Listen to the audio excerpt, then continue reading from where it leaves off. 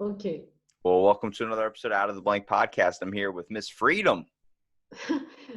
Nice to meet you, Rob. I wanted to say that my real name is Elefteria, but it's a Greek name. So for simplicity's sake, Rob's gonna call me Freedom. I'm going to call her Freedom throughout the rest of this podcast Yeah, only because it is 5 a.m. here, and I don't think anybody in the world can pronounce that name at 5 yeah, a.m. yeah. No time at all, actually. So don't bother. So tell me a little bit about yourself and if you want, what you do professionally. I am a massage and herbalism instructor. I'm located in Athens, Greece. I've traveled quite a lot around the globe, and I have a small school which is situated in it, excuse me, which is located in Athens, Greece. Actually, I'm here right now, and I'm doing courses on massage therapy and herbal medicine. What exactly are you trying to teach about, or at least instruct people on massage therapy and herbal medicine? Because I think from what we know here in America is the fact that we use supplements, we use all these different types of things to be able to Mhm. extend our life. It seems like man, or whatever, just our human race in general, has this object of trying to reach immortality by trying to postpone death for the longest amount of time. Okay, okay, this is not possible, obviously. From my point of view, it's just a way to to make one's quality of life better, and it's just that, no big things, no hype, just that. Well, that's the mentality of what we as people perceive it to be. Is just the fact is we can take a supplement and think we're going to live forever, even though that's not true. Um, there's a lot of beneficial ingredients when it comes to herbs and supplements. I mean, one of my favorite ones is called horny goat weed, which I think is a pretty funny name for a supplement. Yeah, yeah, I know that it's true. There's a lot of hype going around this thing, and a lot of lies and a lot of exaggerations, about all that stuff. And I'm trying, to base my work and my approach on clinical research, So on well, you said lies. What exactly do you mean? Because I think you're thinking of it as the fact is all this research for people that with alcohol addiction or something that says oh, these supplements will help heal your liver. These supplements will do this. These supplements will do that. They don't really have any, I would say, substantial amount of evidence that they clearly do heal it. It just seems like they might lessen some of the effects to it, at least from what I've heard from doctors and what I've listened to through podcasts of medical research where they're talking about, I know people will take fish oil or stuff to help with joint inflammation. It does help, but at a so minuscule level. That's why you have to take them for so long. People think they're going to get a pill and then swallow it, and then immediately it's going to be healed. I'm going to agree with you, absolutely. It also depends on the level of inflammation and the problem. Yes, on the degree to which it has developed. Obviously, if you take a supplement when your problem is like minor, it will help you more. But if you have like a very serious health problem, conventional medicine is absolutely necessary. Yeah, and this is what I say to everyone. There might be some supplements which may help someone if they're combined with conventional medicine, but most often than not, alternative medicine by itself, if we're talking about a serious health problem, yeah, uh, will not suffice. So you're It's talking what I about was more saying. on the lines of using herbal supplements to help with minor things going on. Like if you have an aching back, it might help with some joint inflammation. I know foods can do that Yes, as well. yes, Okay. yes, yes. Because I was like, if we're talking about a person that's dealing with fighting cancer, there's no pill that's going to be here, this is Of going to course help not. with that. That's all Of right, we course need, not. Come yeah. on. That's just a fat big lie. There are there are many charlatans, as I said before, in the field of alternative medicine. Well, yeah, this field in general is very, very, I wouldn't say it's not real. I would just say it's very, very complicated to deal with all the people out there that are really just trying to sell some quick product. That's Yes, also trying absolutely, to um, absolutely. really discredit it a lot. I mean, I'm a fitness freak, so if we want to go down the nutrition lane, we can go all about the nutrition and the health benefits of stuff. But I was never open to massages. I'm always really, really freaky when anybody gets near my back. Um, I'm suffering with a spinal injury, which I'm like, oh, there's actually a benefit to this. Like I came across my buddy, I was just laying on his carpet floor, just chilling, trying to stretch out my back because I feel like it's a good way to, pop something. And he just starts stepping on my back as a joke. And I'm like, wow, this really feels good. And then when I've been going to the doctors, they've been telling me that my back muscles are super, super tight. And just that relief, that massage, that press in, you don't even know you need it when they do it. You're just like, oh my God, like, can you do that again? Like, oh, it just feels so good. Okay, you addressed a lot of topics here, I think. So first of all, massage therapy is a great treatment, I think, for chronic musculoskeletal issues and for stress, of course. But massage therapy by itself addresses soft tissue problems. Yes. So if you have a problem at your spine, you have to go to an osteopath or to a chiro, Yeah, who chiropractor. or to a chiropractor, yes, who may be able to help you, because there are some cases where an osteopath will not be able to help you, yes, and some cases definitely need surgery Yeah, to I could definitely see more yes, of a okay. benefit when it comes to your spine, when it comes to a chiropractor, but also the fact that, like, for someone like me that actually has like a good amount of back muscles, what's happened is that I've experienced what they call muscular dystrophy, where I've been working out for so long and doing so many different exercises compared to my body weight that my back muscles can actually maybe form your spine in a different direction. It's the same reason why during this podcast I should be sitting straight up, because we got to talk about posture and things of this sort. Yes, yes, of course. I believe that the best medicine for any back problems is exercise. Yes, it's the best medicine of all. I mean, to strengthen your latissimus dorsi, to strengthen your trapezius muscle so that your posture is correct, or even to do some Pilates like core exercises, to strengthen your abs and your core muscles. This is much better than massage, actually. But massage therapy can help a lot at chronic pain. It's something I have seen and I have experienced. But it's also a field where people are exaggerating a lot, there's a hype also around that quite a lot. Now, what exactly do you mean by exaggeration? Because when you say that, the first thing I think of is all these people that are selling like cure-all massages, or Yes, they're yes, doing them in like a exactly. mall or something. Like, you roll up onto a chair and they're like, oh, like a 30-minute session for $50 or something, where they just sit there and massage you in a mall. I'm like, how much are you actually really helping there? I mean, you have the person sitting still up straight. When I think of a massage, I think of somebody laying out on a table and some person coming up and really trying to soothe your back muscles or any part of your muscles. Okay, what you're describing, it's something we're calling on-site massage, yeah, and it's done on a special ergonomic portable chair. It's a treatment which is suited especially for malls and for shops and for open places. Obviously, you cannot have a person like half naked and lying on a massage table in a mall. That's a Yes, fun obviously, massage, though. That's yeah, a fun yeah. massage. Well, it can happen. Yeah, it's like absolutely impossible. So these are two, two different things, and two different settings. Each one has its own benefits. Okay, well, so tell me the benefits here, because if you're saying that there's different benefits, what strictly is different? You mean between an on-site massage and Between a massage that the massage that client you less? between a massage that you would give based on one that you would find in a mall or someone can order off an Amazon package. Because I mean, like, you're talking to people in America that don't have a lot of money, Sure, so we're more likely going to go on Amazon and try and find a self massager or something that of can course, to those. So of course, of course.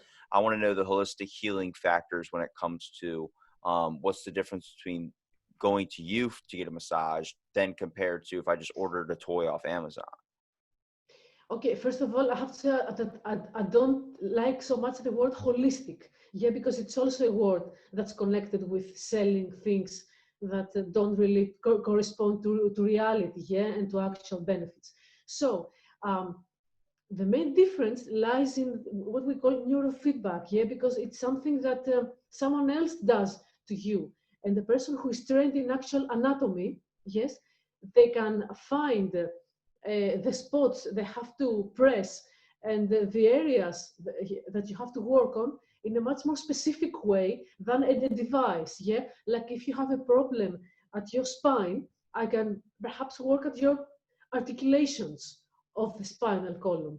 And that's something a device cannot do, obviously, yes. A device will just bring some warmth and some heat on the muscles, which of course will be beneficial. Do you There's no think talk about it. Well, do you think that like with all this type of like just through experiencing at least giving people massages and things, do you see that it's becoming more common that people are coming to visit you for healing purposes only because of the fact of like the way we're living our lives now compared to what we were doing back in the day? It seems like we always talk about, like you mentioned, activity or working out or something is like kind of the best form of Sure, therapy. of That is, course. it's also one of the least favorited among a lot of people just because it's so much easier to sit inside your house all day. And there's actually problems that go into with sitting in a certain, I guess what you call a serenity lifestyle, where you're just sitting around watching TV all day. You know, your spine's bent, everything's messed up. Next thing you know, you get up, when you stand up and do that, your back will crack or something. So I think, just with the way we've been going with technology, what do you think about people just experiencing more back issues or experiencing more pain just because of the fact we're not moving? It's true, yes. It's a matter of lifestyle and a matter of habit. It's also a matter of motivation, yeah, because in order to follow an exercise program, you must have the motivation for it. It's very easy to get bored or feel unmotivated. Okay. So, So either you must have some motivation, or you must have, or this has to must have become something like a habit for you. okay. Yeah, like for me, I picked it up because of I had some things in high school. I got bullied pretty bad, so I hooked into the fitness thing Okay. right on key. But for all these people that are out here experiencing, what's a fix here? I mean, I know you don't like the word holistic healing, but how do you try and teach people that there's a better way to heal themselves? I always look at it through forms of therapy, not just massage therapy, but more on the lines of getting in touch with the inner part of yourself, finding out like there's one thing we all have in this world. I consider it like a secret. It's like a lock on our passion, a lock on our heart, basically. What is that one thing that makes you tick? That one thing that makes you tick, that one thing that makes you pulls you in. That's the thing that literally, if you're doing something and the day goes by, it feels like it's only been 10 minutes, but the whole day has gone by. That's what you're meant to be doing. That's your outlet. That's your force. Okay, listen, I don't consider myself a coach, yes, or a guru or something. I just know anatomy and massage therapy techniques. So what I do is only for chronic pain and stress. I'm not trying to teach someone how to live a better life or to be a better person. Yes, it's just not what I'm doing. Well, if you're working on chronic pain, okay, then totally just throwing out that question.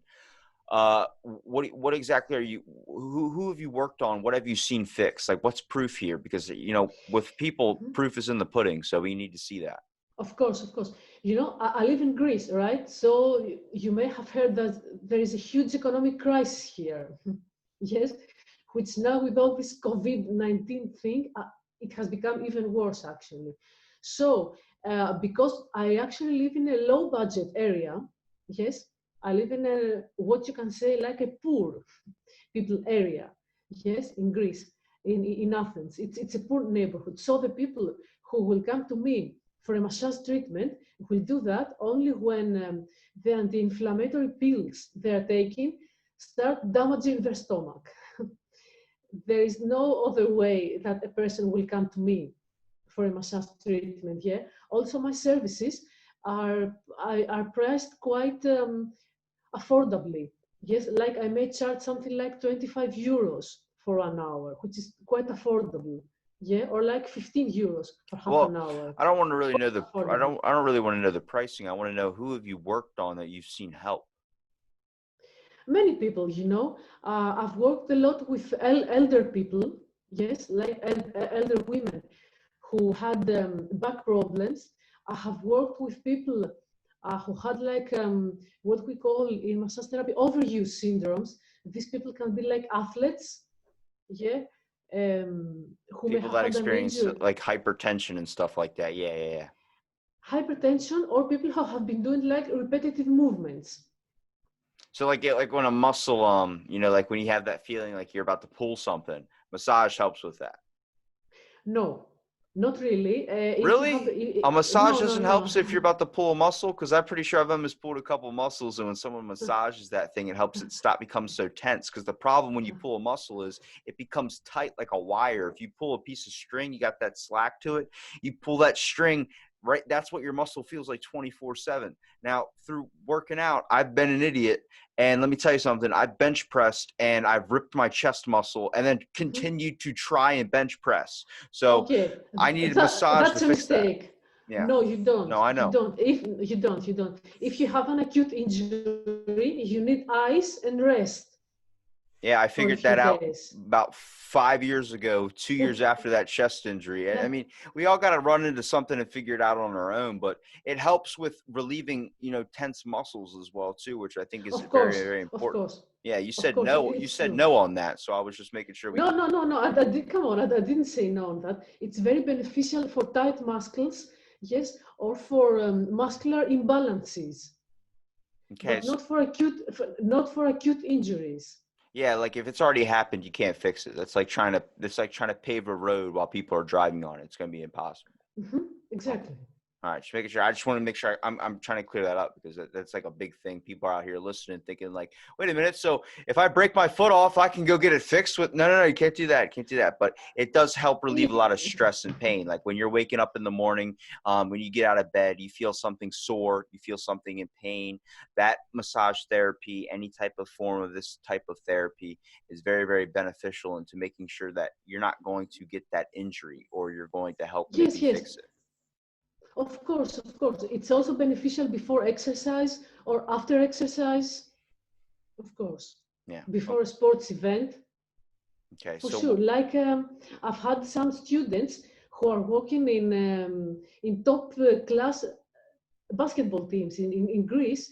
We have good basketball. You may have heard about. We have actually beat USA team once yeah. in a World Cup. So I've had some students who have been working with basketball athletes, Do you and find and, and I've had like quite. do you find that with Go on, go on. the form of therapy like this, do you think it's going to become more common? I'm looking at it like the fact is that we talk about people living this serenity lifestyle, and it seems like it's very hard for people to want to go and spend money on getting a massage. But I also see it as a major benefit. Like I know what they do in education systems, or what they started doing down here was they started giving kids yoga time.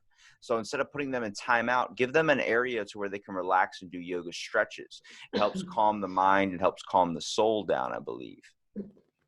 I don't believe that massage therapy is going to become more widespread because it's kind of expensive and not affordable for many people. I believe that exercise will become more widespread in the near future.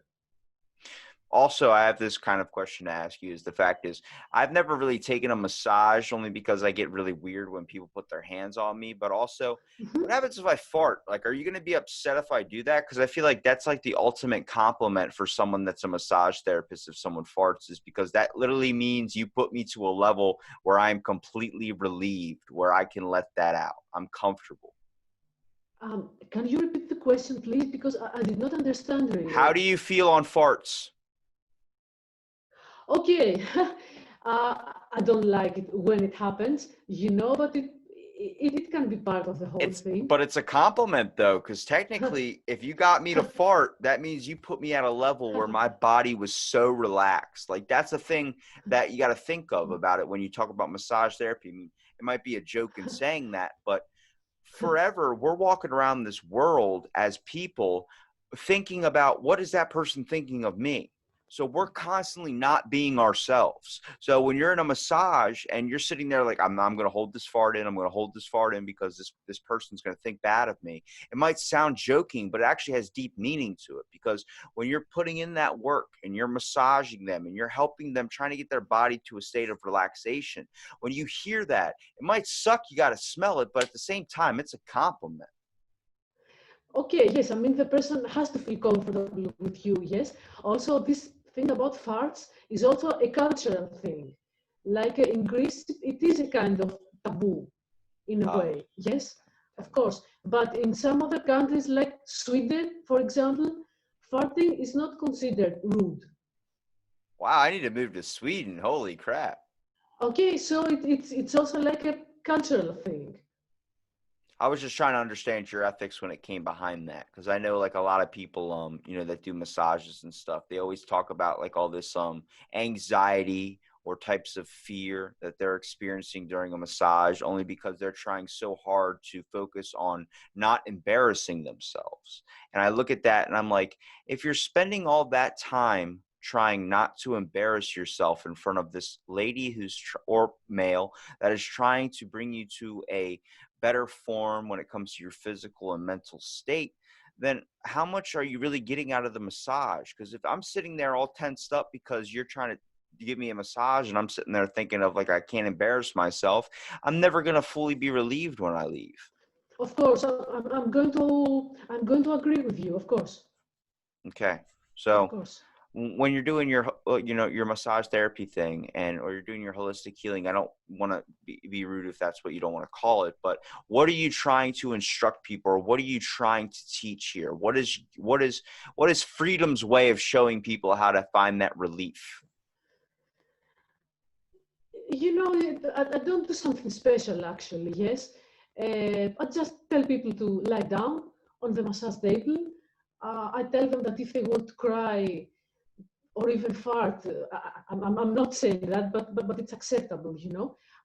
They can go ahead and cry or speak to me about whatever they want. Why would they cry? And that's all. It's very common in massage therapy because sometimes our emotions, especially blocked emotions, can be stored in muscles. So when someone tries to relax your muscles, some tears may come up, you know. Anyway, chronic stress and blocked emotions can make muscles tight.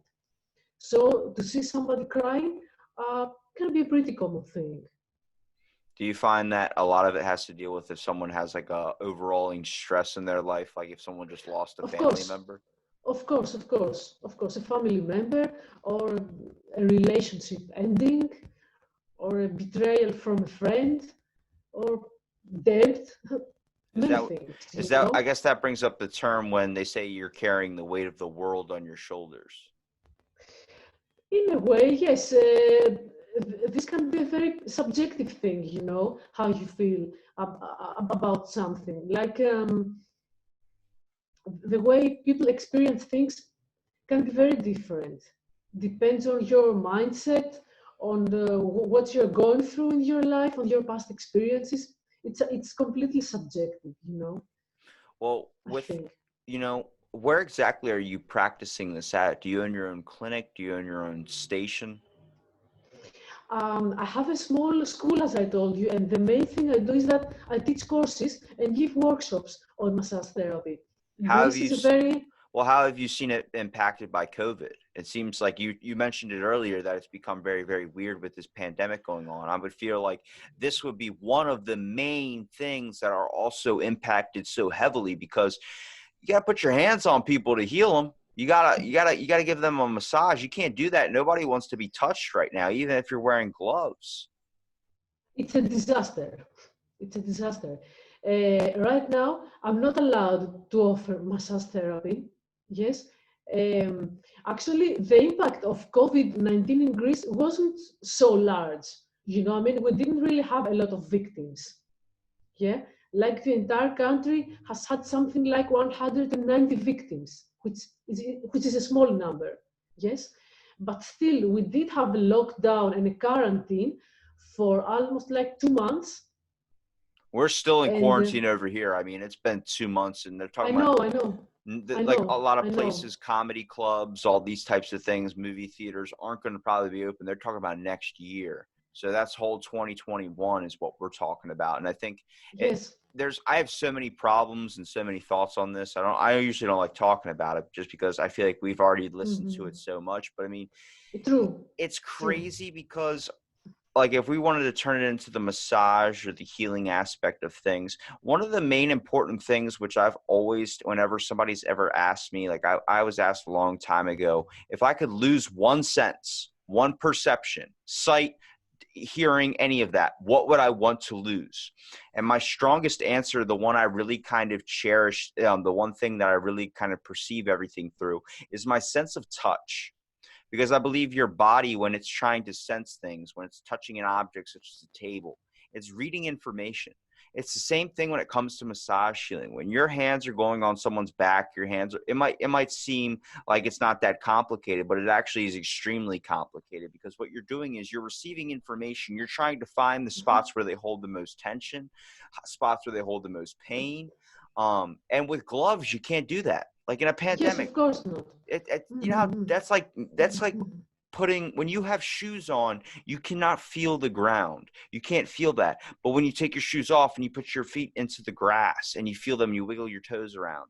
That's information getting to your body. It feels stronger. Hmm. And this is a problem I see. I mean, how worried are you about this pandemic thing with trying to be working at all? Because I feel like it's completely going to change the whole game up for a while.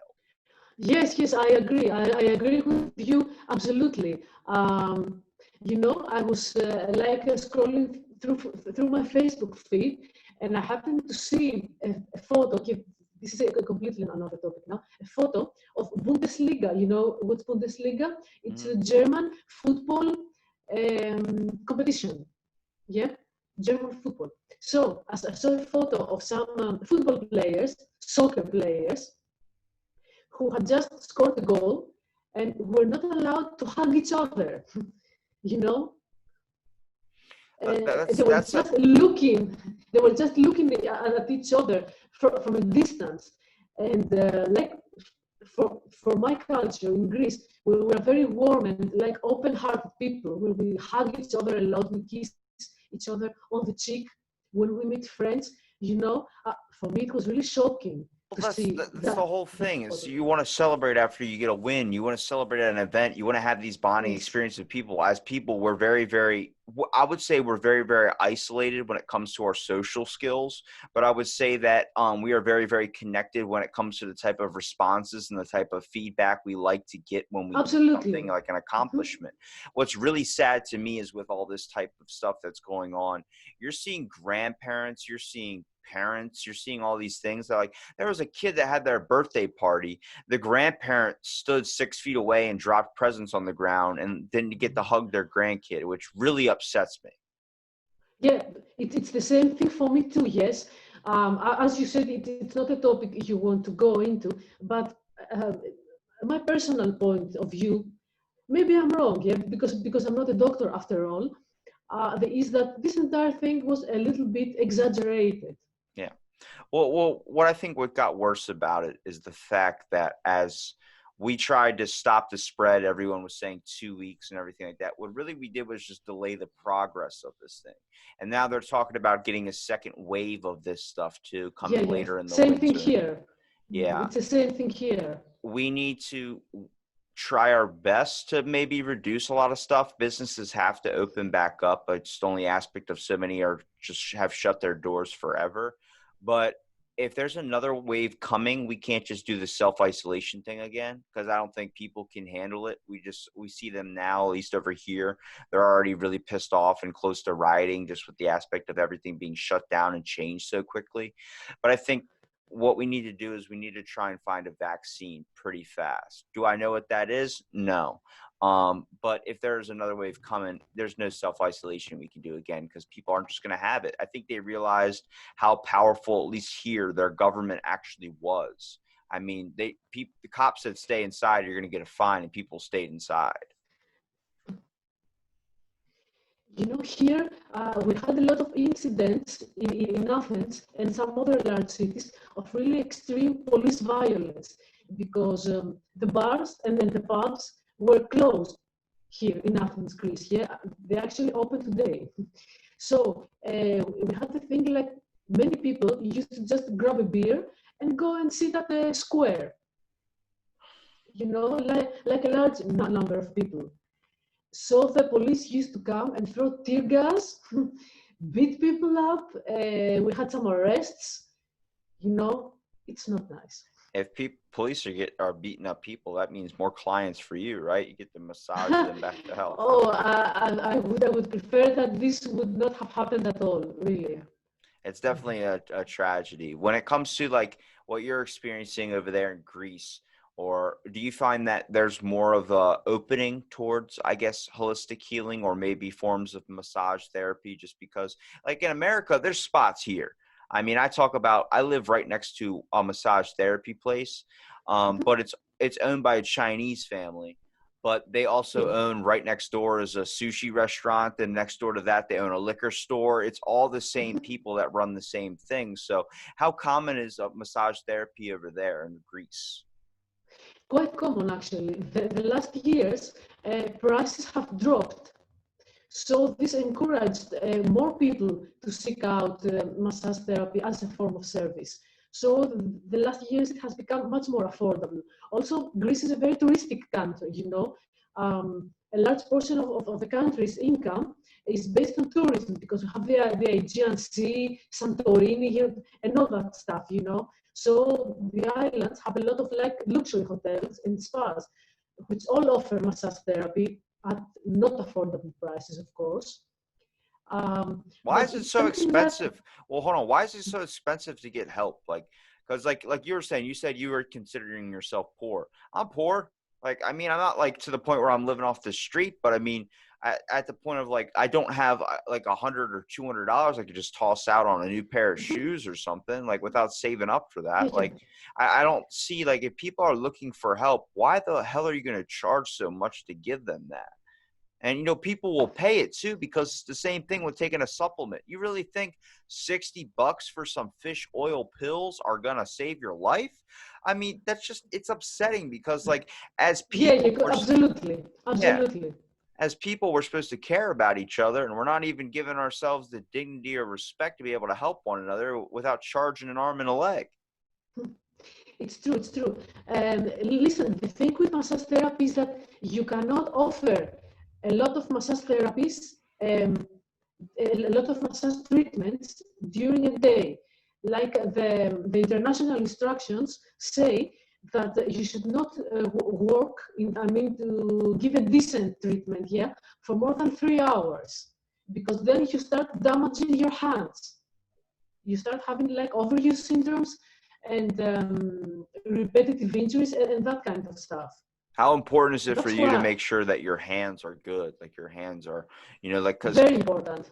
Yeah, I would see like you probably have to be more cautious around like when you're cooking, making sure you don't leave anything near like that could burn your hand or that could do damage to your hand. You got to be careful with anger as well too. Like I knew my buddy who's a musician, he broke his hand because he got angry. He punched the wall and broke his hand. And I was I was like, that's dumb because you use that as your moneymaker. That's your hands produce the music. You can't play guitar if your hand's broken. He's a musician. Musicians have a temper, So I completely understand that.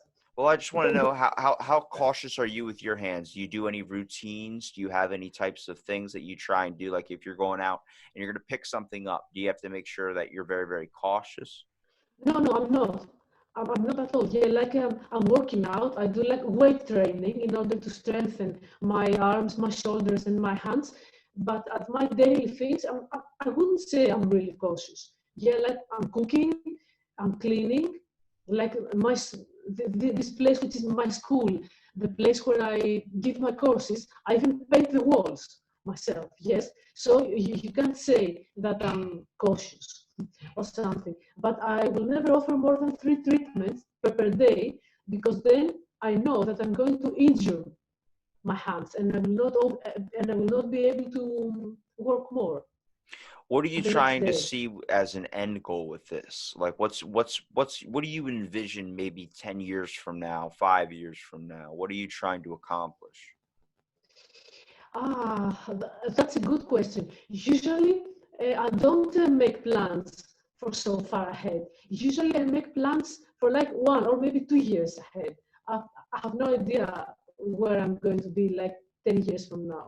Okay, but what do you see in a year then? In a year, I hope I will be able to run the courses I'm doing as I'm doing them right now, or at least before this COVID hysteria began. And yeah, this is all I can hope for, yeah, that I will be able to run my business as I used to.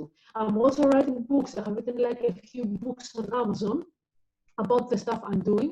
So I hope I will be able to write more books. But since this COVID thing began, actually my sales dropped even on that, because the books I'm writing is about massage therapy. So uh, exactly because this field is not working as it used to be. It's the same thing. Same Sales thing. have dropped. Well, same thing with podcasting. People thought that once COVID hit and people were locked inside their homes, that they were going to see an increase in podcasting, and it's actually the complete opposite. The reason why is Really? because Okay. people are listening to them at work. People are listening to them when they're on their drive to work. Well, if you cut out that drive to work and you cut out work in general, people are not going to sit at home and want to listen to a podcast because they're around their family. They're around something. They want to do something. So it's like, our listener numbers dropped. But at the same time, you have to look at the fact is, obviously with this thing, it's going to throw out some plans. It's going to make everything a little bit different.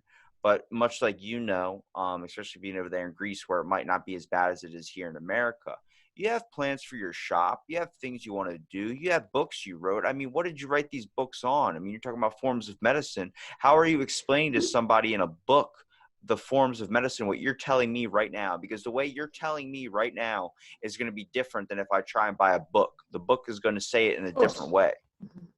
Of course, of course. I just try to do my best, like I take a few photos, I shoot a video, and I'm writing descriptions. I also use some anatomy plates to explain things. I'm using like arrows and diagrams. It's the best thing I can do, yes. I think that's a good way of, describing it, using photos and because I think as people, we're very visual learners, seeing is believing, like I was saying. Of course they are. Of course they are.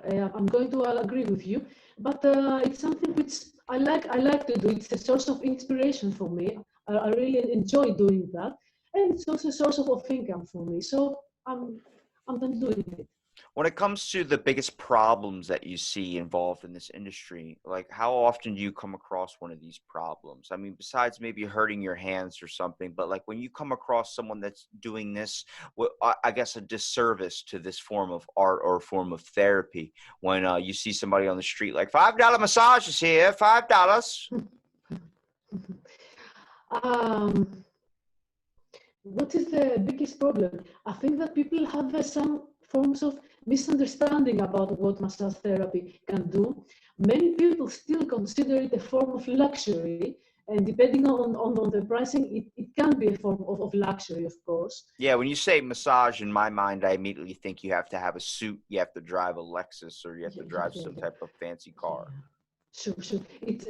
But it's not at all like that here. Yeah, as I told you, many people are going to get a massage, and it can be quite affordable here. Even like visiting an osteopath in Greece, which studying osteopathy here, like in most countries of the world, yeah, it takes 5 years in the university, and it's a very rigorous training with dissections and all sorts of stuff, yeah, like what doctors are learning.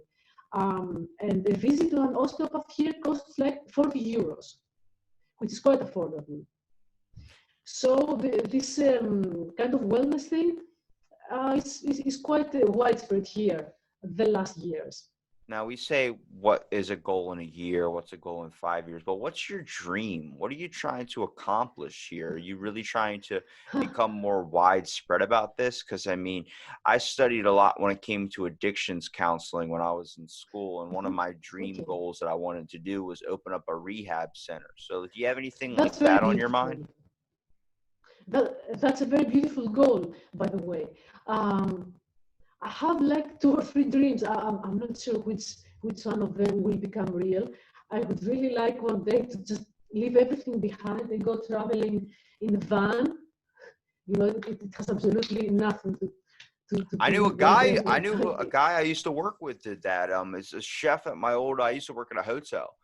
There was this guy. Okay, His name nice. was Billy, and he drove this really beat up, crappy little, I think like Toyota or Honda or something. And he Yeah, kept yeah. telling me, he's like, one day I'm gonna leave and I'm gonna go out into Nevada and I'm gonna just camp out in the mountains. And I'm like, okay, okay. And then one day he picked up and left, and I hope that's what he did. He had all his stuff in the back of his car, always. I thought he was living out of his car, but I hope that's what he's doing out there. He was a great dude. Okay, I hope your friend is having a good time there. Nevada, okay, must be a nice place. I was in Arizona 2 years ago, so it's a little bit close Well, as a state. the reason why I brought that up was like the way you said that was like all these things that we consider dreams, they're pretty accomplishable. I think what happens is in our own minds, we build them up not to be. I think it's either there's a fear aspect of things too. I mean, one of my dreams was to go and travel around the world. And then when COVID hit, for instance, I looked at an inner light to myself. I was like, oh my God, I've been working every single day doing these types of things and just doing basically, I mean, something with podcasting, but honestly, I'm like, I want to experience what the world has to offer to me. I don't want to be stuck in my town for the rest of my life. Of And course, of through, course, of course. through meeting people, like talking to people like you, I'm going to use my podcast connections just to be able to travel. I want to come visit everyone I've ever podcasted with. I want to talk to people. I want to, Okay. honestly, me and my cousin are having plans right now to buy an RV or like a tour bus and then just Mhm, great, great. go around to every state and just talk to everyone. And I'm like, I'm down to do that because there are people like you that, they just want to talk. They just want to show people that there's a better way than what people have been thinking for so long, especially with massage therapy. You're telling me it doesn't need to cost a lot of money. It doesn't need to be this ridiculous thing you see on television where some person's Of like, course, yeah, I, of I course. think that's important to highlight. Yeah, yeah, of course, of course. I don't believe, I don't believe that people should have as a goal being rich. Yeah, I find it absolutely ridiculous. Like I've seen some commercials, like how I became a billionaire, and all that shit. I find it absolutely ridiculous. Yeah, I believe that nobody should have this as a goal. You know, so I'm a fan of balance. Yeah, I believe that all things should have a good balance. I I, think that is possible too. That's how the body works is you can be clouded in your mind and you can be physically fine, but you're not going to work 100%. You need to be focused yes, on everything. I mean, I feel like we spend a lot of our time either with our heads in the cloud or we spend too much time with problems on our minds that we don't really understand the true vision of things, finding out a little bit about yourself. And I think the one thing we can pull out of this pandemic situation that is a benefit is the fact that it has showed us an inner light to ourselves. What do we want to do? So many people are starting their own businesses because it's like, holy shit, now I actually have the time to do this thing. yes, it's true. Because many of us have missed things. Yes, so when you are missing things and you are restricted, you can make like a real evaluation of the things that are important for you. Of course, many of us have done that, including myself.